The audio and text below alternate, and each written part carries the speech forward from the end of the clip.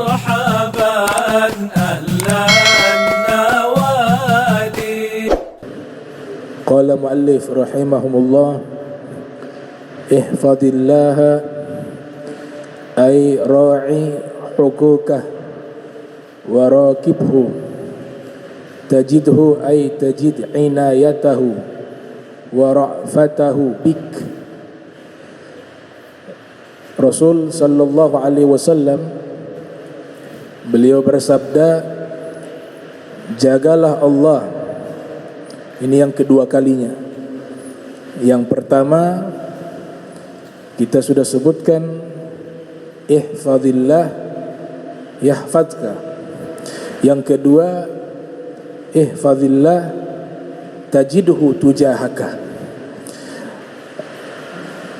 Jagalah Allah, yakni menjaga hak-haknya Allah, hukukah, menjaga hal-hal yang dimuliakan Allah, menjaga kemuliaan manusia yang dicintai oleh Allah. Itu termasuk daripada hak-haknya Allah subhanahu wa ta'ala. Di antaranya bulan yang saat ini kita berada, bulan Rajab. Setelah Rajab, Sya'ban, Ramadan.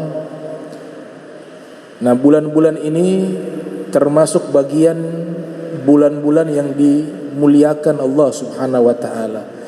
Sebagai bentuk pelaksanaan menjaga hak-haknya Allah, maka bulan-bulan ini harus kita muliakan, kita hormati.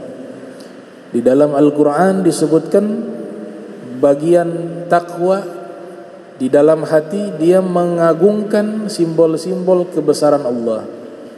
Wa may yu'azzim sya'airallah fa innaha min taqwal qulub. Siapa yang mengagungkan simbol-simbol kebesaran Allah subhanahu wa ta'ala, pertanda ada takwa di dalam hatinya. Sebagaimana kita ketahui, 12 bulan yang sudah Allah tetapkan, inna iddatash syuhur indallahi 12 syahra fi kitabillahi yauma khalaqas samawati wal arda minha arba'atun hurum. Sesungguhnya bulan di sisi Allah ada 12 bulan di dalam ketetapan Allah sebelum Allah ciptakan langit dan bumi. Minha arba'atun hurum, di antara 12 bulan itu ada 4 bulan yang Allah muliakan, yang Allah berikan penghormatan khusus di 4 bulan tersebut.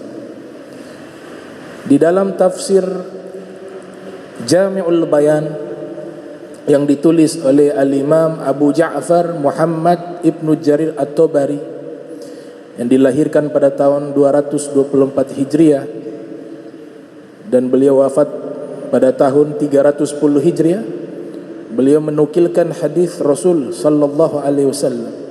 Nabi bersabda, minha arba'atun hurum, 4 bulan yang dimuliakan Allah subhanahu wa ta'ala, thalathatun mutawaliyatun, 3 berturut-turut, yaitu Dzulqa'dah wa Dzulhijjah wal Muharram.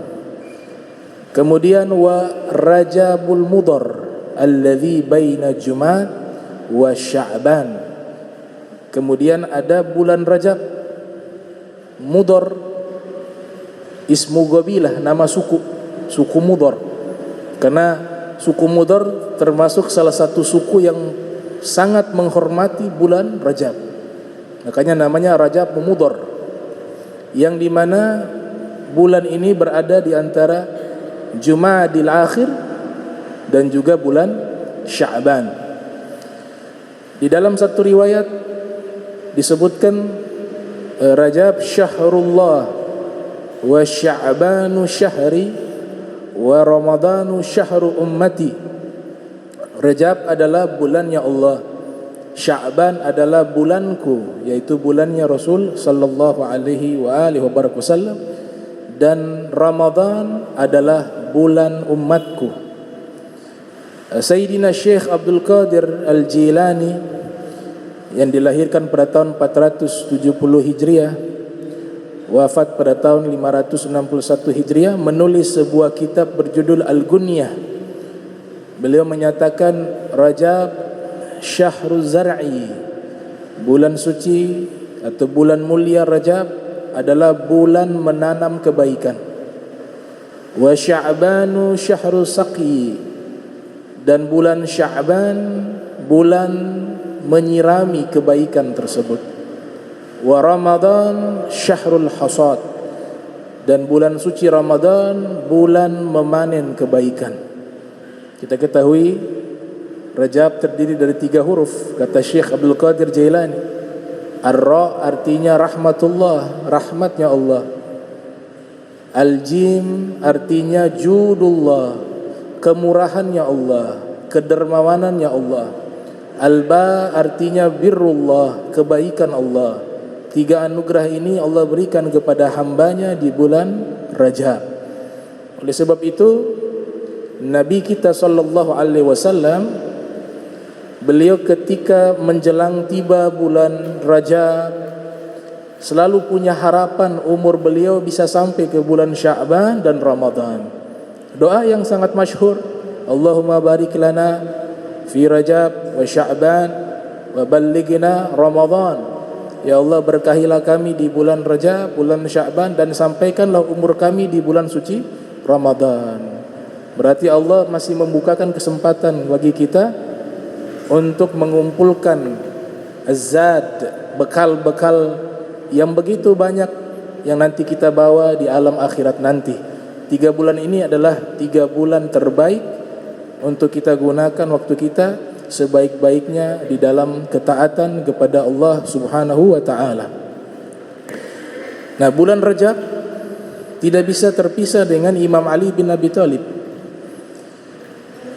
Dikarenakan Al-Imam Ali bin Abi Thalib karramallahu wajhah, beliau dilahirkan di bulan Rajab.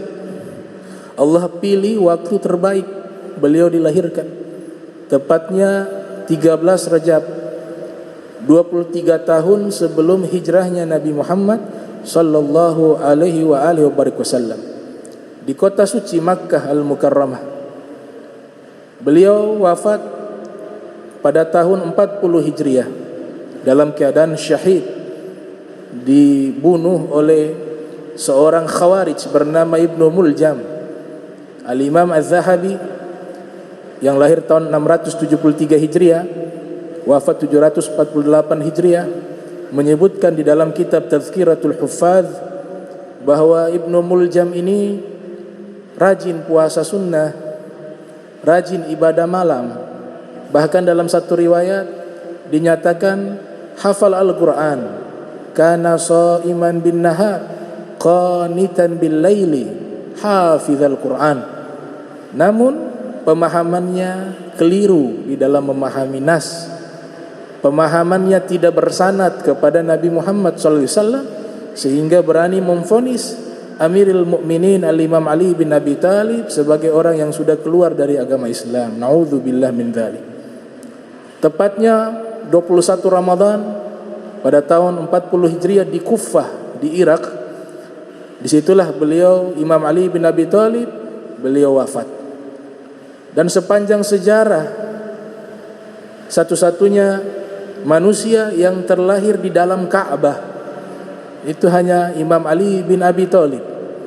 Ibunda beliau Sayyidah Fatimah binti Asad, ketika tawaf, dinding Ka'bah terbuka secara otomatis. Di saat itu beliau mau melahirkan Imam Ali bin Abi Thalib, masuk ke dalam Ka'bah, dinding itu kembali tertutup secara otomatis. Tidak ada seorang pun bisa membuka pintu Ka'bah, terkunci, hingga lahirlah Al-Imam Ali bin Abi Thalib di dalam Ka'bah. Mata beliau tutup ketika Nabi SAW hadir, pintu Ka'bah itu terbuka. Maka Imam Ali bin Abi Thalib dipeluk oleh baginda Nabi Muhammad sallallahu alaihi wasallam, digendong oleh Rasul sallallahu alaihi wasallam. Mata beliau terbuka dan menatap wajahnya Nabi Muhammad sallallahu alaihi wasallam, seakan-akan beliau ingin melihat pertama kali, penglihatan pertama di dunia adalah wajah baginda Rasul Sayyidina Muhammad sallallahu alaihi wa alihi wasallam. Ini tidak sembarangan.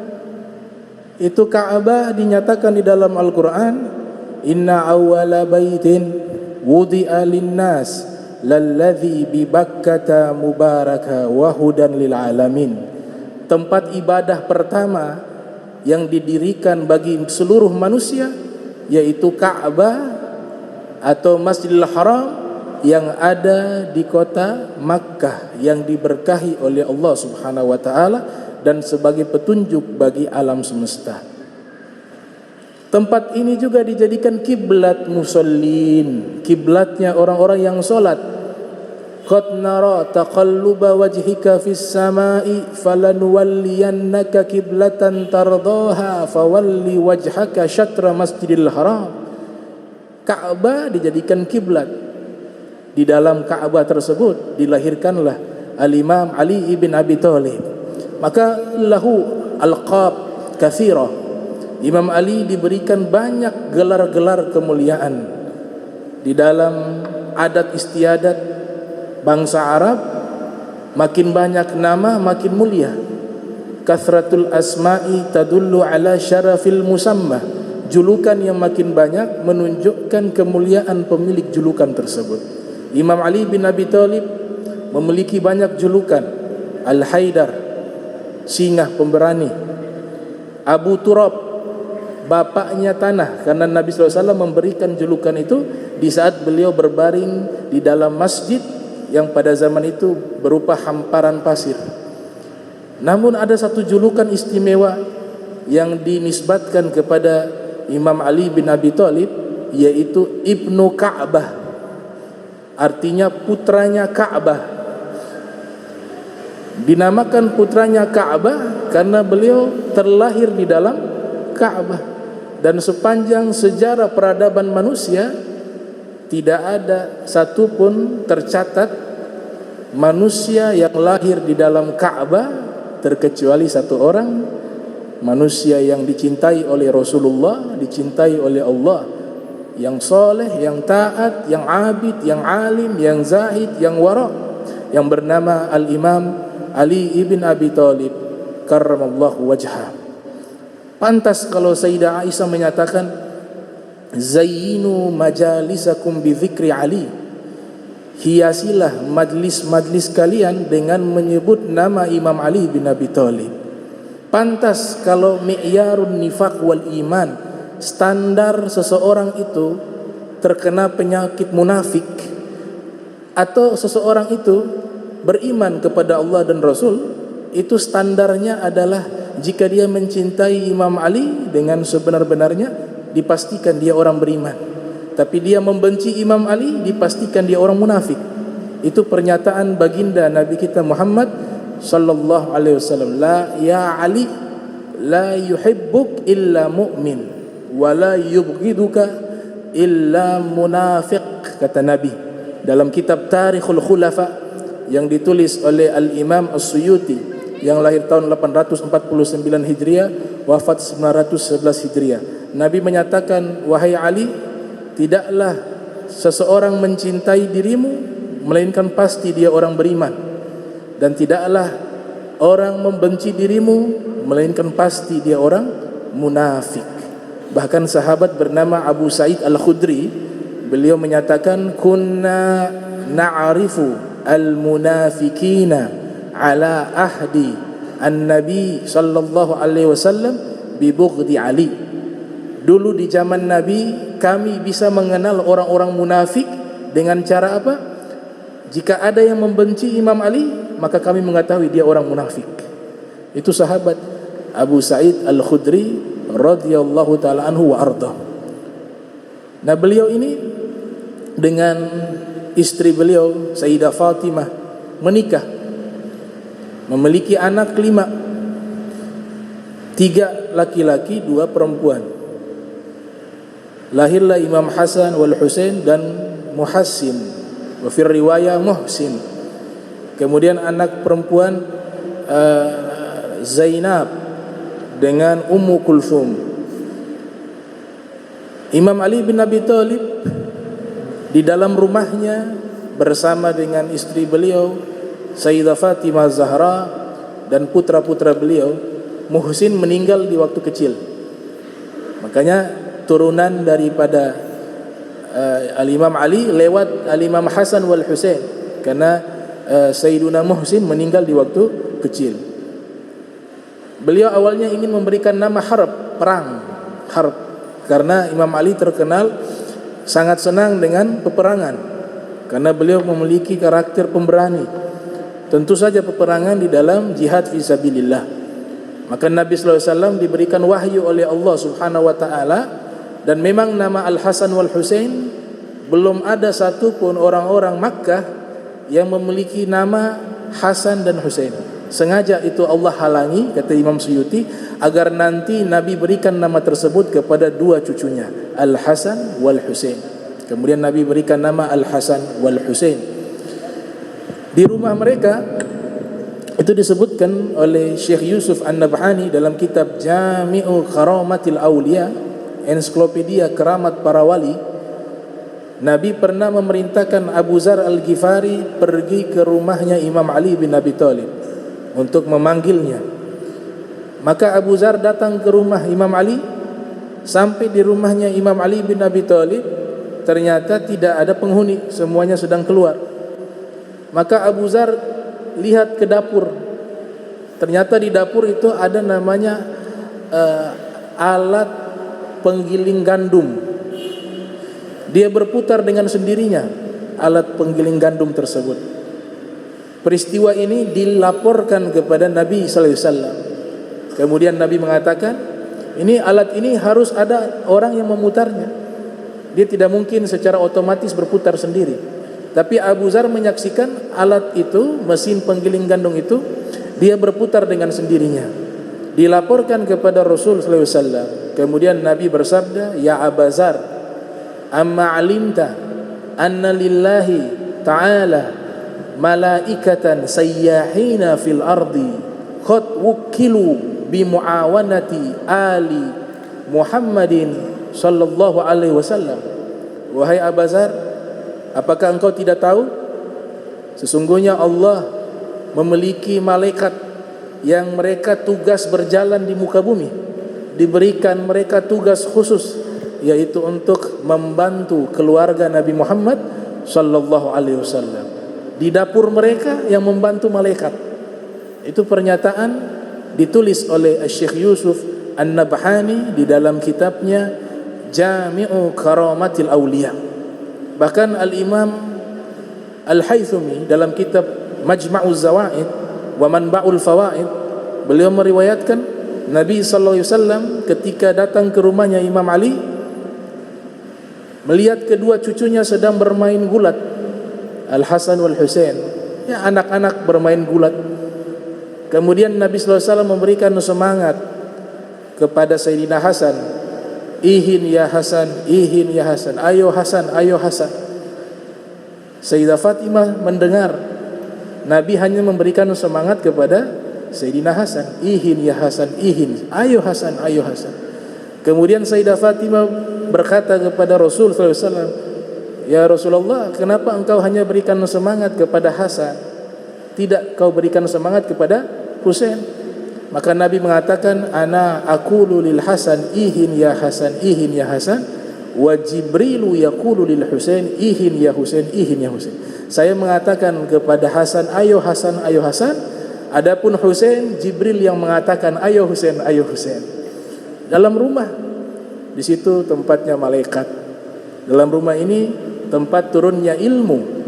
Dalam rumah ini tempat turunnya keberkahan. Oleh sebab itu ada satu hari khusus. Satu hari khusus. Ini kaidah mengatakan ilmu itu harus kita yang mendatanginya. Bukan guru itu datang ke rumah kita terus mengajar kepada kita. Itu kaidah dikatakan al-ilmu ya'ti wa la yu'ta. Al-ilmu yuzar wa la yazur, kata Imam Malik. Ilmu itu kita yang mendatanginya. Bukan kita mengundang guru agama, khususnya ilmu agama, untuk datang ke rumah kita, mengajar kepada kita. Tapi kaidah ini Nabi SAW tidak berlakukan kepada Imam Ali. Nabi pernah datang secara khusus ke rumahnya Imam Ali bin Abi Thalib, kemudian mengunci pintu dan jendela. Kemudian Nabi berikan wejangan, berikan transfer ilmu kepada Imam Ali, dan itu 1 hari penuh, sehari penuh. Dan riwayat-riwayat ini selalu diawali dengan ya Ali, wahai Ali, kaza wa kaza, ya Ali. Mulai dari bab toharo sampai bab hakikat. Dari bab bersuci, Nabi jelaskan secara khusus ilmu ini kepada Imam Ali bin Abi Thalib. Dari bab toharo sampai bab hakikat, bab ma'rifat, bab asrarul ulum. Seorang ulama bernama Syekh Abdul Wahhab Asy-Sya'rani yang lahir tahun 898 Hijriah, wafat 973 Hijriah. Beliau mengumpulkan riwayat ini menjadi satu kitab namanya Al-Minahu As-Saniyah. Dan subhanallah, Syekh Abdul Wahhab Asy-Sya'rani punya hubungan dengan Imam Ali bin Abi Thalib. Ternyata nasab daripada seorang wali, Syekh Abdul Wahhab Asy-Sya'rani, yang menulis kitab Al-Mizanul Kubra. Beliau ini faqihan, muhaddithan, sufian, imaman, aliman, zahidan, ahli fiqih, sufi, ahli hadis, ahli hakikat. Beliau ini punya sanad secara keilmuan dan juga sanad dari sisi nasab, ternyata masih keturunan Imam Ali bin Abi Thalib lewat putranya Imam Ali bernama Muhammad Al-Hanafiyah, bukan dari Sayyidah Fatimah Zahra. Keturunan Muhammad Al-Hanafiyah nasabnya sampai kepada Syekh Abdul Wahhab Asy-Sya'rani. Ditulis kitab yang sangat bagus berjudul Al-Minahu As-Saniyah. Kitab itu mengkisahkan dan meriwayatkan Rasul sallallahu alaihi wasallam secara khusus memberikan transfer ilmu kepada Imam Ali bin Abi Thalib mulai dari waktu pagi sampai hampir 1 hari di dalam rumahnya. Tadi awali ya Ali, ya Ali, wahai Ali. Wasiyatul Mustafa li Amiril Mukminin Ali ibn Abi Thalib. Wasiatnya Nabi Muhammad kepada Amirul Mukminin Ali ibn Abi Thalib. Imam Ali dengan Nabi Muhammad sallallahu alaihi wasallam, Nabi katakan di dalam hadis yang diriwayatkan oleh Imam Al-Bukhari yang lahir tahun 194 Hijriah, wafat 256 Hijriah. Nabi pernah mengatakan di Ghazwatut Tabuk, di perang Tabuk, antakuna minni bimanzilati Haruna min Musa illa annahu la nabiyya ba'di. Wahai Imam Ali, engkau berposisi di sisiku sama seperti Nabi Harun dengan Nabi Musa. Hanya saja tidak ada nabi setelahku, kata Nabi Muhammad sallallahu alaihi wasallam. Jadi tidak bisa terpisahkan Nabi Muhammad dengan Imam Ali bin Abi Thalib, dan punya kaitan dengan bulan kelahiran Imam Ali dengan peristiwa terjadi di bulan Rajab, yaitu Al-Isra wal Mi'raj. Nabi ketika Mi'raj itu disebutkan oleh Imam As-Suyuti dalam kitab Ad-Durrul Mansur yang lahir tahun 849 Hijriah. Nabi melihat sendiri di arsy itu ada tulisan La ilaha illallah, wa fir riwayah la ilaha illa ana wahdi la syarika li Muhammadun abdi wa rasuli ayyatuhu bi Ali, yang artinya saya melihat inni ra'aitu maktuba, ada tulisan alal arsh, di arsy-Nya Allah, tidak ada sembahan kecuali saya Allah yang Maha Esa dan tidak ada sekutu bagi saya. Nabi Muhammad adalah hambaku dan utusanku, dan aku kuatkan Nabi Muhammad dengan Ali bin Abi Thalib. Jadi nama Imam Ali juga termaktub di arsy-Nya Allah Subhanahu wa taala. Di dalam Al-Qur'an di surat Al-Anfal ayat 62 Allah Subhanahu wa taala berfirman, wa huwallazi ayyadaka binasrihi wa bil mu'minin. Dia Allah yang menguatkan engkau Nabi Muhammad dengan pertolongannya dan dengan orang-orang beriman. Di dalam tafsir Ma'alimu Tanzil yang ditulis oleh Al-Imam Al-Baghawi yang lahir tahun 433 Hijriah, disebutkan pertolongan Allah yang Allah berikan kepada Nabi Muhammad yaitu adalah Al-Imam Ali ibn Abi Thalib karramallahu wajhah. Oleh sebab itu begitu erat hubungan antara Nabi kita Muhammad sallallahu alaihi wasallam dengan Al-Imam Ali ibn Abi Thalib. Dan di peristiwa Isra itu juga yang Allah abadikan di dalam Al-Quran, di awal daripada surat Al-Isra, subhanalladzi asra bi'abdihi laila minal masjidil haram ilal masjidil aqsa alladzi barakna haulahu linuriyahu min ayatina innahu huwas samiul basir. Disebutkan maha suci Allah yang memperjalankan hambanya di waktu setengah malam dari Masjidil Haram ke Masjidil Aqsa. Disebutkan di dalam tafsir Qurtubi, di dalam tafsir Mafatihul Ghaib, bahwa Masjidil Haram yang dimaksud di dalam surat tersebut, di dalam ayat tersebut adalah rumah dari saudara kandungnya Imam Ali, yaitu Ummu Hani.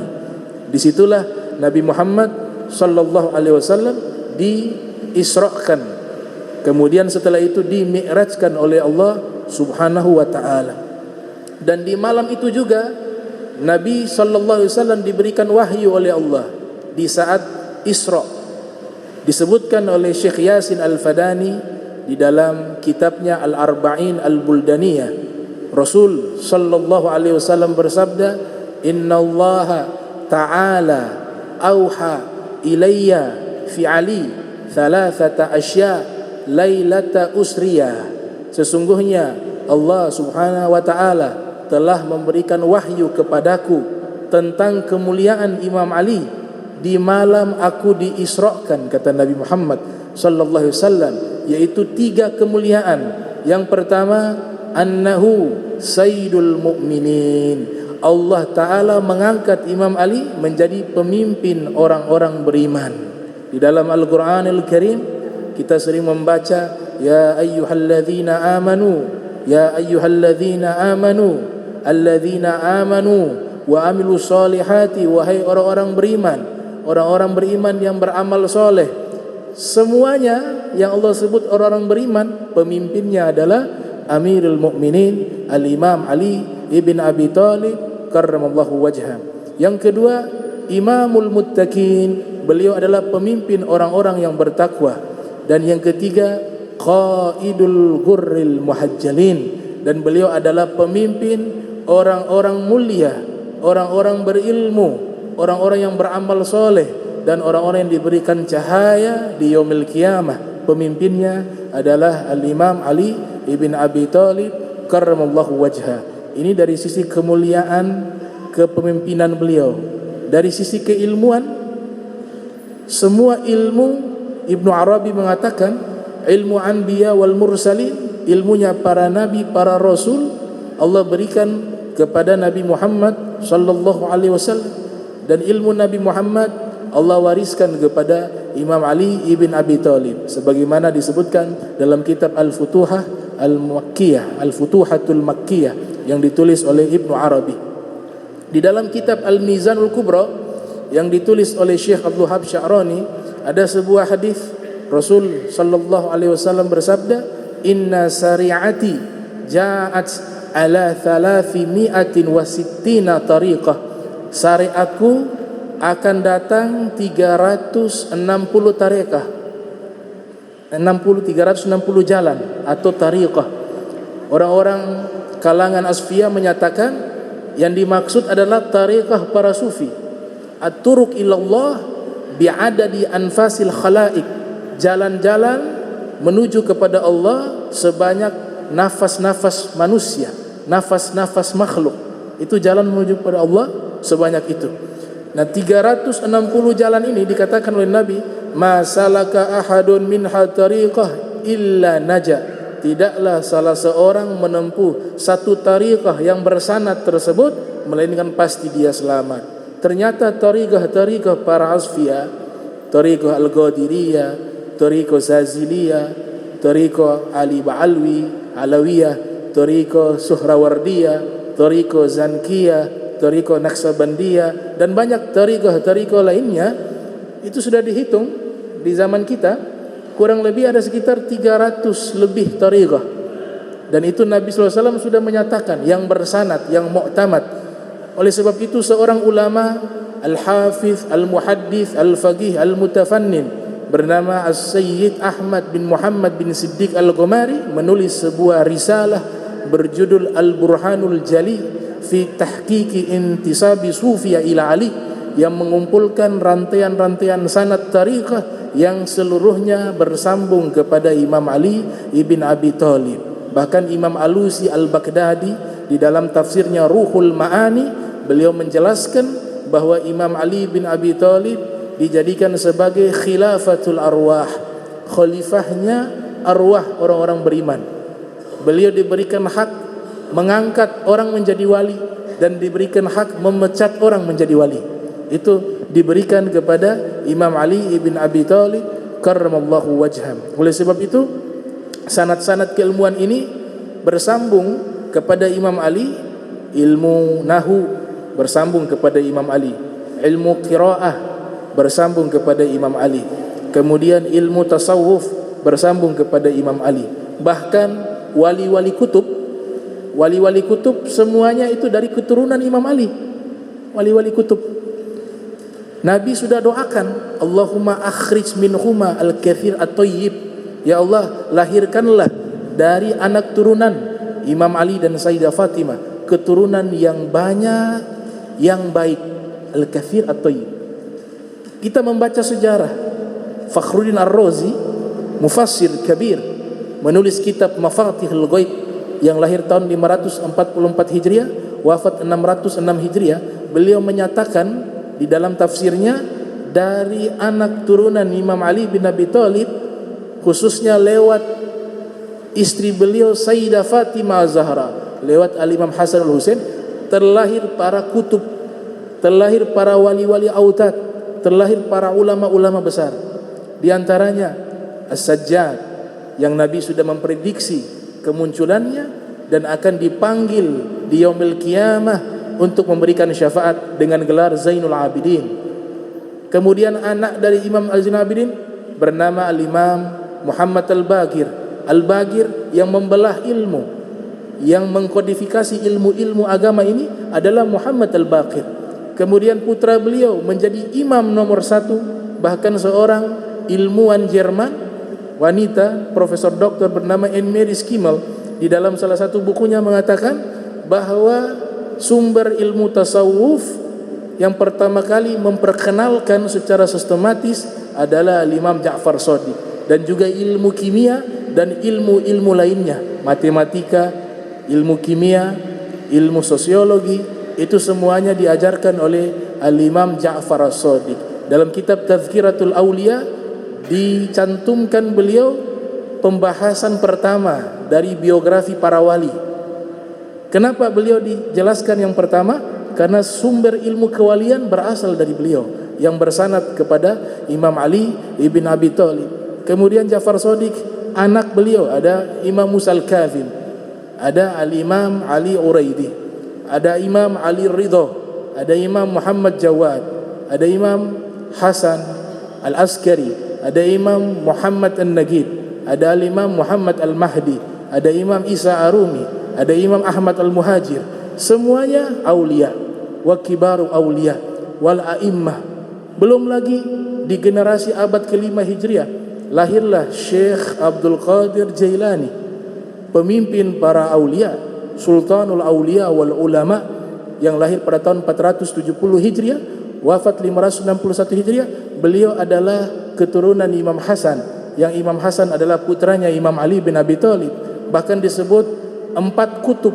Yang pertama Syekh Abdul Qadir Jailani, yang kedua Al-Imam Ahmad Ar-Rifai yang merintis tariqah Rifaiyah, kemudian Al-Imam Ahmad Al-Badawi dan Al-Imam Ibrahim Ad-Dasuki. Semuanya keempat orang ini pemimpin para wali di zamannya, semuanya adalah keturunan daripada Al-Imam Ali bin Abi Thalib.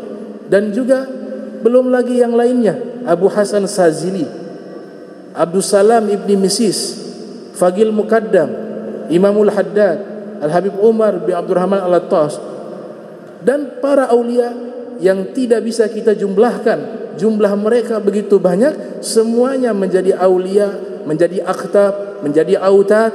Semuanya adalah anak turunannya Amirul Mukminin Al-Imam Ali ibn Abi Thalib karramallahu wajha. Oleh sebab itu, di yaumil qiyamah nanti disebutkan dalam tafsir Ruhul Ma'ani, setiap mukmin dan muslim akan diminta pertanggungjawaban apakah mereka mencintai Imam Ali dan keluarganya ketika mereka hidup di dunia atau tidak.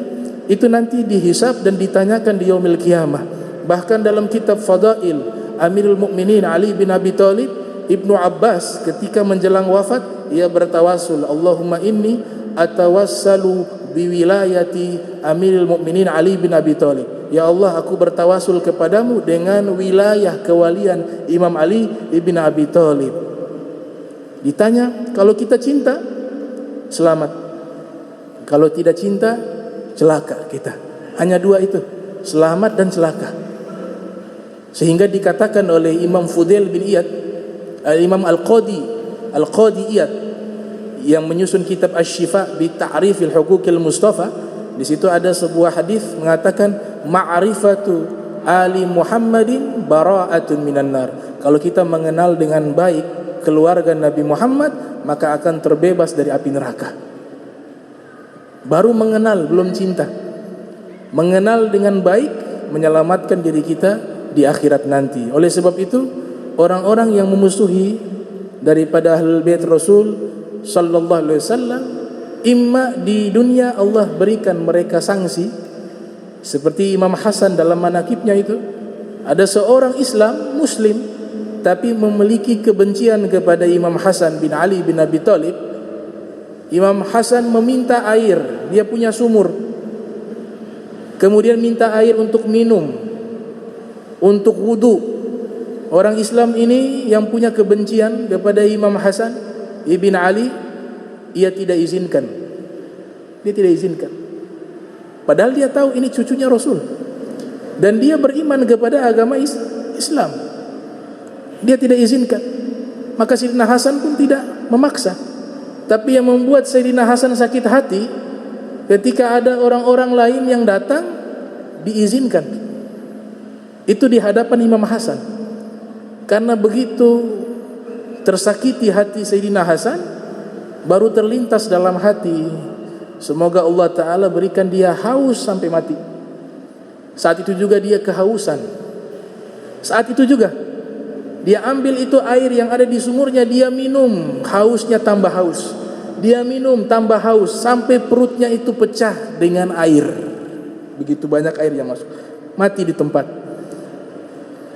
Ada juga yang ditunda. Mereka memusuhi, membenci Ahlul Bait Rasul sallallahu alaihi wasallam. Allah berikan azabnya bukan di dunia, tapi Allah tunda nanti di akhirat. Itu dinamanya istidraj. Sanastajrijuhum min haitsu la ya'lamun. Dalam Al-Qur'an, kami ulur mereka agar mereka tenggelam dalam kebinasaan dari arah yang tidak mereka ketahui. Jadi hal khawariqul adah, hal-hal yang luar biasa, bukan hanya mukjizat, bukan hanya keramat, istidraj juga luar biasa, dimiliki oleh Dajjal, dimiliki oleh Fir'aun, dimiliki oleh Qarun, Haman, Namrud.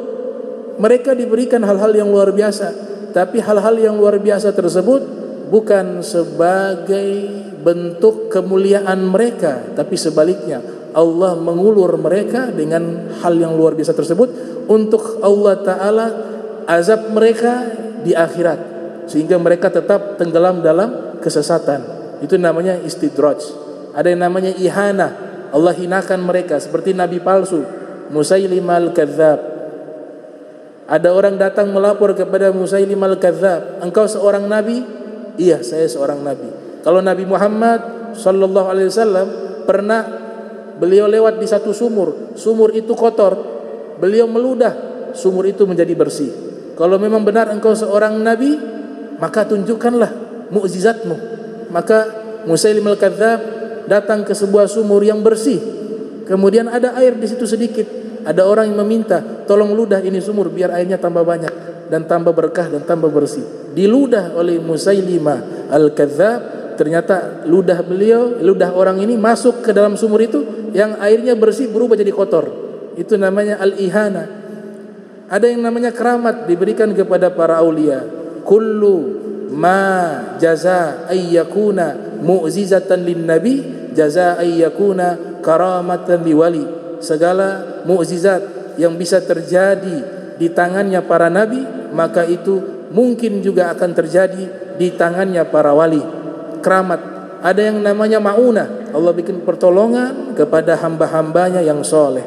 Dan ada yang namanya sihir, yaitu tipuan-tipuan yang diciptakan oleh para pesulap, para orang-orang yang berkongsi dengan bangsa jin. Dan yang paling menunjukkan sesuatu yang luar biasa itu mukjizat, karena di tangannya para nabi. Dan ada irhasat. Irhasat itu Allah berikan kepada para nabi sebelum diberikan risalah. Seperti Nabi Muhammad SAW berjalan, awan selalu menaungi beliau. Lewat di satu gang, batu memberikan salam kepadanya. Itu namanya irhasat. Inilah namanya khawarikul adah, hal-hal yang luar biasa. Mudah-mudahan Allah Subhanahu wa taala berikan kita istiqamah fi ta'ah wal ibadah, dan kita bisa sampai panjang umur, sehat wal afiat di bulan suci Ramadan. Amin ya rabbal alamin. Allahumma barik lana fi Rajab wa Sya'ban wa ballighna Ramadan. Allahumma jam'ana hadza jam'an marhuma wa tafarraqna min ba'di tafarraqa ma'zuma wa la tajal minna wa la minna syaqiyya wa la mahruma. Allahumma nadhih qulubana 'an ta'alluqi biman dunak waj'alna min qaumin tuhibbuhum wa yuhibbunak. Subhanaka bihamdika asyhadu an anta astaghfiruka wa atubu ilaik. Wa sallallahu ala sayyidina Muhammadin wa ala alihi wa sahbihi wa baraka wasallam. Wa lafu minkum wassalamu alaikum warahmatullahi wabarakatuh.